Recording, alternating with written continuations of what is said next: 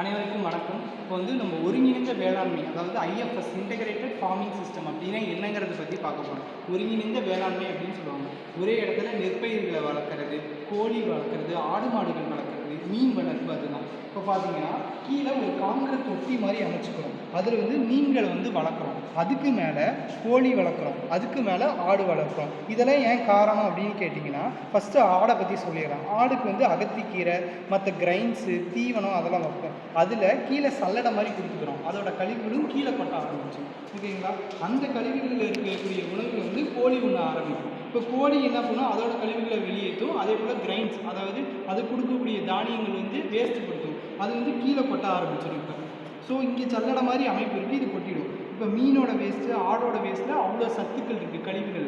அந்த கழிவை இந்த மீன் உண்ண ஆரம்பிக்கும். அப்போ இந்த மீன் வெளியில் விடுற கழிவுகளில் வானம் அப்படிங்கிற சத்துக்கள் அதிகமாக இருக்குது. இப்போ இதில் மீன் வளர்க்கலாம். கட்லா, ரோகு அந்த மாதிரி நம்ம மீன் வளர்த்துக்கலாம். இந்த தண்ணி என்ன பண்ணலான்னா ஒரு 2 months ஒன்ஸ் என்ன பண்ணலாம் அப்படின்னா இதை வயல்வெளிகளுக்கு விட்டுக்கலாம். இப்போ இது உங்களுக்கு தெரிஞ்சிருக்கும் நல்லா.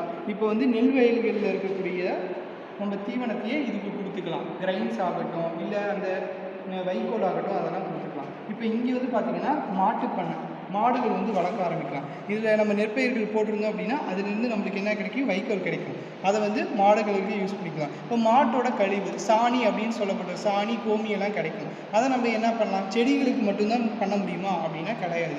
நம்ம வீட்லேயே எரிவாயு, பயோகேஸ் அப்படிங்கிறது தயாரிச்சுக்கலாம். பயோகேஸ் தயாரிக்கிறது அப்படின்னா என்னென்னா, இதோட கழிவுகள் சாணிகளை எடுத்து அதோட தண்ணி கலந்து, இங்கே பாருங்கள், இந்த மாதிரி மண்ணுக்கு அடியில் ஒரு தொட்டி மாதிரி அமைப்பு அமைச்சுக்கிட்டோம் அப்படின்னா இதில் கேஸ் உருவாக ஆரம்பிக்கும், மீத்தேன் அப்படிங்கிறது. அதை நம்ம சமையலுக்கு யூஸ் பண்ண ஆரம்பிச்சுக்கலாம். இதுதான் இதோட கான்செப்ட். அடுத்து பார்த்தீங்கன்னா இது சேமிப்பு கிடங்கு அப்படின்னு சொல்லுவாங்க.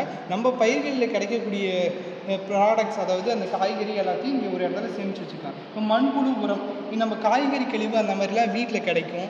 அதே போல் இது ஷீப்பு, கோட்டு, இதிலேருந்து கிடைக்கக்கூடிய கழிவுகளையும் நம்ம மண்புழு உரமாக யூஸ் பண்ணிக்கலாம். இந்த மாதிரி ஒரே இடத்துல எல்லாத்தையும் யூஸ் பண்ணுறது தான். அதுக்கடுத்து தோட்டம், இப்போ நம்ம தோட்டம் தென்னந்தோப்பு வச்சுருக்கோம், மாந்தோப்பு வச்சுருக்கோம் அப்படின்னா அதில் ஒளிச்சேர்க்கை தேவை, அதாவது மகரந்த சேர்க்கை தேவை. மகரந்த சேர்க்கைக்கு என்ன பண்ணலாம்னா நம்ம தேன் பெட்டி இந்த மாதிரி வைக்கலாம். ஒரு ஏக்கருக்கு ஒரு 4 5 அந்த மாதிரி வைக்கிறது மூலிமா தேனும் உருவாகும். நம்ம வீட்டுக்கு வேண்டுமான தேனை நம்ம அறுவடை பண்ணிக்கலாம். இதுதான் ஒருங்கிணைந்த விவசாயம், அதாவது ஐஎஃப்எஸ் அப்படின்னு சொல்லுவாங்க. ஒரே இடத்துலேயே எல்லாத்தையும் பண்ணுறது மூலிமா நம்மளுக்கு அதிகப்படியான பயன் கிடைக்கும். நீங்களும் ஃபார்மிங் பண்ணுறீங்க அப்படின்னா இந்த ஐஎஃப்எஸ் பற்றி பண்ணுங்கள். தெரியாதவங்களுக்கு ஐஎஃப்எஸ்னால் என்ன, ஒருங்கிணைந்த விவசாயம்னா என்ன அப்படிங்கிறத ஷேர் பண்ணுங்கள். நன்றி, வணக்கம்.